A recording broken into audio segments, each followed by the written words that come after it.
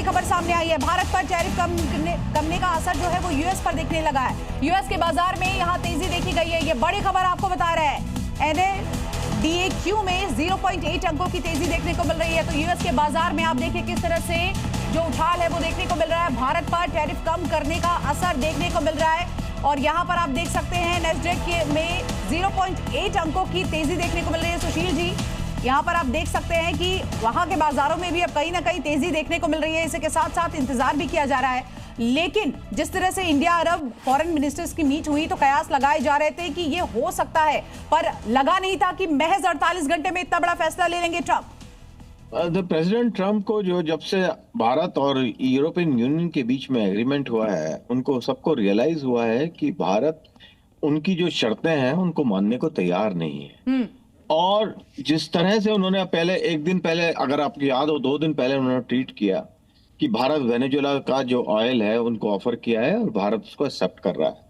तो जो उनकी जो पहली कंडीशन थी कि जो यूरोप रशिया से रूस से जो है ऑयल भारत लेना कम करे, तो वो प्रेसिडेंट ट्रंप ने खुद कह दिया कि भारत ने वेनेजुएला से ऑयल लेना तैयार कर दिया है और वो रूस से ऑयल लेना कम कर रहे हैं। तो वो जो 25% की जो पेनल्टी थी वो अपने आप उन्होंने कर दी। और मेरे विचार से हमें प्रधानमंत्री जी ने जो ट्वीट दिया है वो वेरी क्लियर है कि 25% जो पेनल्टी थी वो खत्म कर दी है, और जो 25% उनकी ड्यूटी थी वो भी उन्होंने उसमें 7% का इसको समझ लेते हैं। हमारे साथ यूएस से पत्रकार नेहा भी जुड़ी हुई है। नेहा, आप जरा इसको आसान भाषा में समझाएं, क्योंकि देखिए कहीं ना कहीं बहुत सारे ऐसे लोग हैं जो ट्रेड कर रहे हैं, उनको कंफ्यूजन जरूर बना हुआ है। तो ऐसे में ये जो स्टेटमेंट है एग्जैक्टली आम आदमी की भाषा में इसको कैसे देखा जाए? देखिए, सीधी सी बात है कि टैरिफ का जो सबसे बड़ा भार है वो दूसरे देशों पे नहीं पड़ता, वो उसी देश पे पड़ता है जिस देश में टैरिफ लग रहा है। जैसे अगर इंपोर्ट ड्यूटी हायर होती है तो जो भी सब्सटेंस आप जो भी सामान आप इंपोर्ट कर रहे हैं उसके दाम बढ़ जाएंगे। तो यूएस में ये चीज़ देखने को मिल रही है कि जैसे जैसे टैरिफ लगा है तो यहाँ पर इन्फ्लेशन का रेट बढ़ रहा है, और इन्फ्लेशन के रेट महंगाई बढ़ रही है। और महंगाई बढ़ने के साथ साथ क्या है कि लोगों में इस बात को लेकर गुस्सा भी बढ़ रहा है कि भाई हमने तो आपको इसलिए भेजा था कि आप हमको महंगाई से राहत दें। और जो कई छोटे बिजनेसमैन है, देखिए बड़े इन्वेस्टर स्पेशली एप्पल जैसी जो बड़ी कंपनियां हैं, फार्मा कंपनियां हैं, उनको तो छूट मिली है।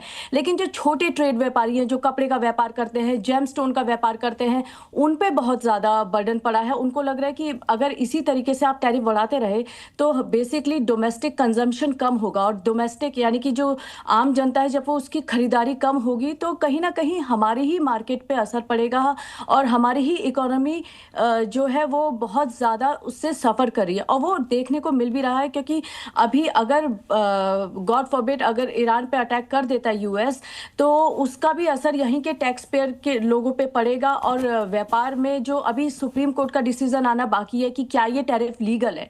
अगर ये टैरिफ इलीगल घोषित हो जाते हैं तो गवर्नमेंट को बहुत ज़्यादा पेनल्टी देनी पड़ेगी, यहाँ के ना केवल बड़े बिजनेस ओनर्स को बल्कि स्मॉल बिजनेस ओनर्स को भी। तो ये भी देखना दिलचस्प रहेगा कि ट्रंप ये टैरिफ अगर कम कर रहे हैं तो कहीं कहीं धीरे धीरे इस ओर तो आगे नहीं बढ़ा जा रहा है कि सुप्रीम कोर्ट के डिसीजन आने से पहले पहले डिजास्टर मैनेजमेंट किया जा सके।